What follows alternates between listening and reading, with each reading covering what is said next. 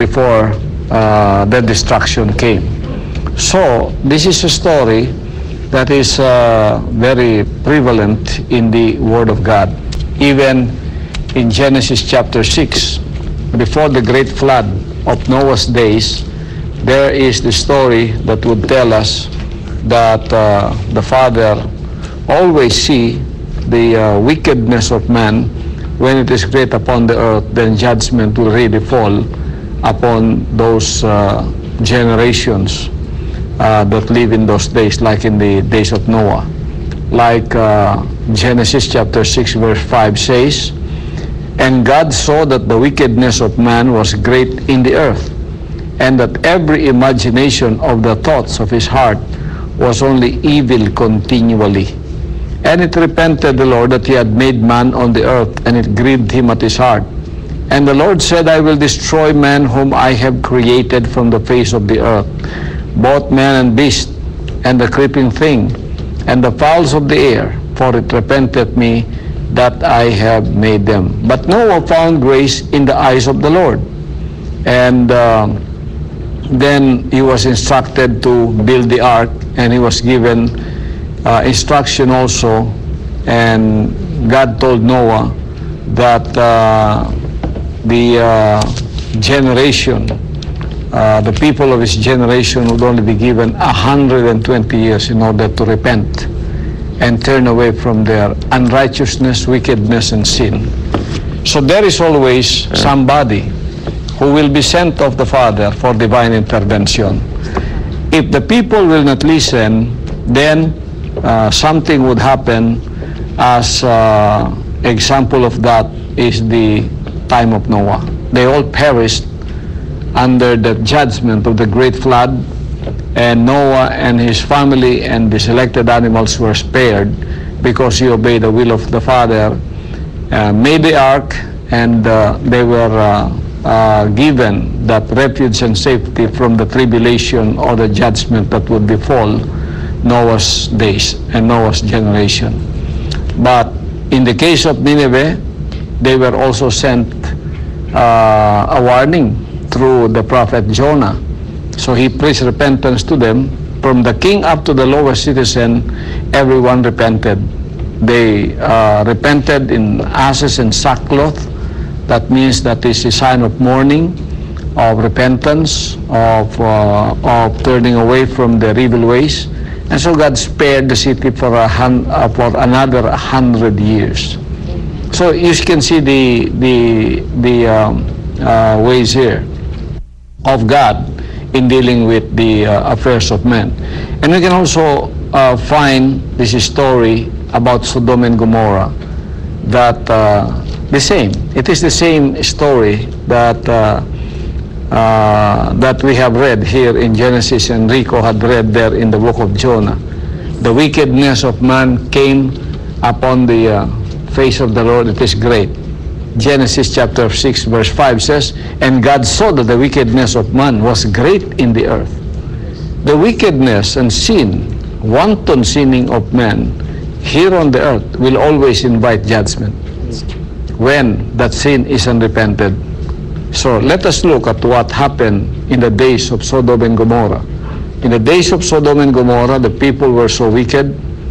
The people were, wickedness is the rule of the day.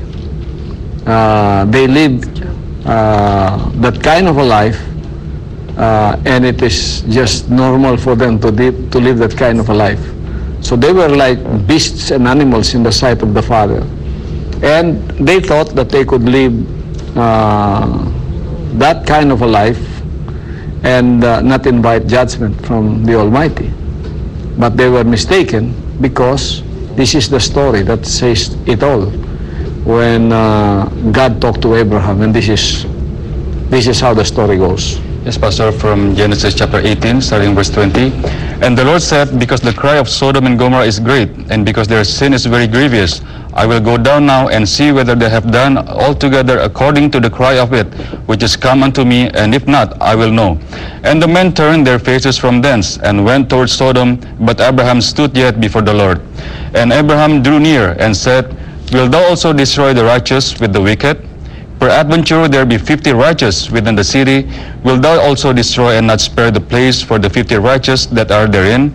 That be far from thee to do after this manner. Before you continue, Brother Rico, look at what it says here in in chapter 18, verse 20 of Genesis. He said here, and the Lord said, because the cry of Sodom and Gomorrah is great, and because their sin is very grievous. See, it is always the same story. In the times of Jonah, why were they visited and God intervened in their affairs is because of the wickedness of the city was so great.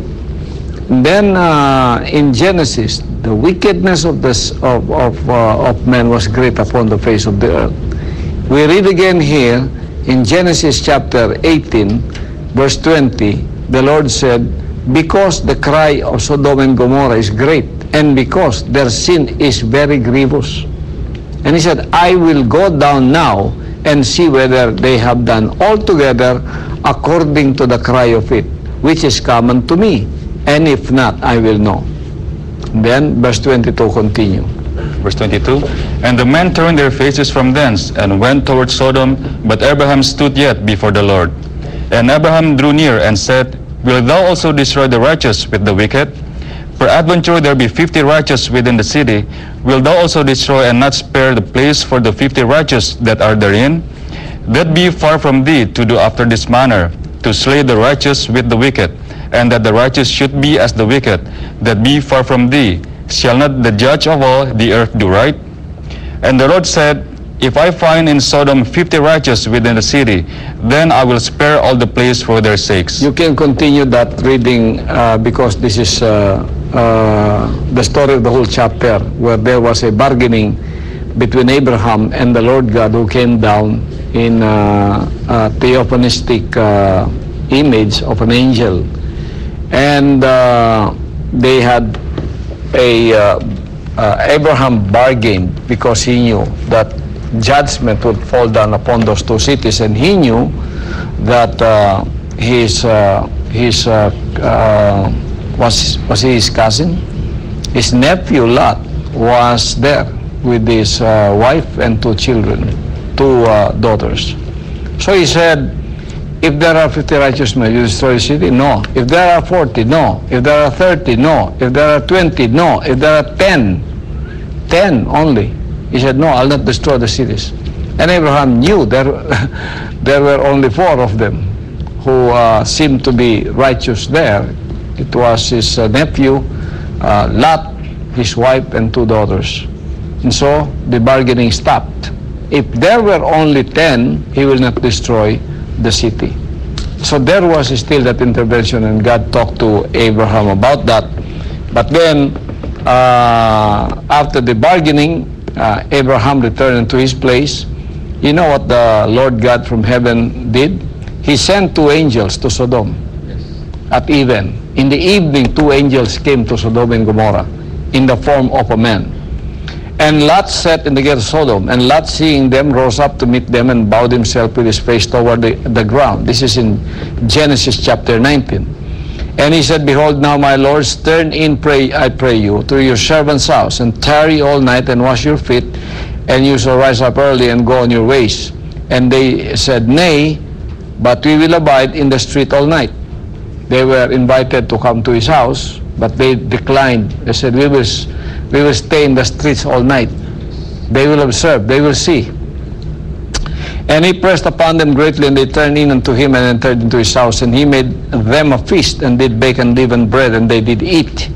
But before they laid down, the men of the city, even the men of Sodom, compassed the house around, both old and young, and all the people from every quarter. And they called unto Lot, and said unto him, where are the men which came into thee this night? Bring them out unto us, that we may know them. And Lot went out of the door unto them, and shut the door after him, and said, I pray you, brethren, do not so wickedly. Behold, now I have 2 daughters, which have not known man.